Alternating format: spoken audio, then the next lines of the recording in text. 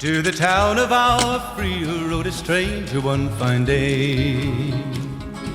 Hardly spoke to folks around him, didn't have too much to say. No one dared to ask his business, no one dared to make a slip.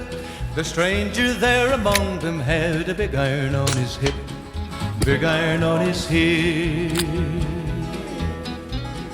It was early in the morning when he rode into the town. He came riding from the south side, slowly looking all around. He's an outlaw, loose and running, came the whisper from each lip, and he's here to do some business with a big iron on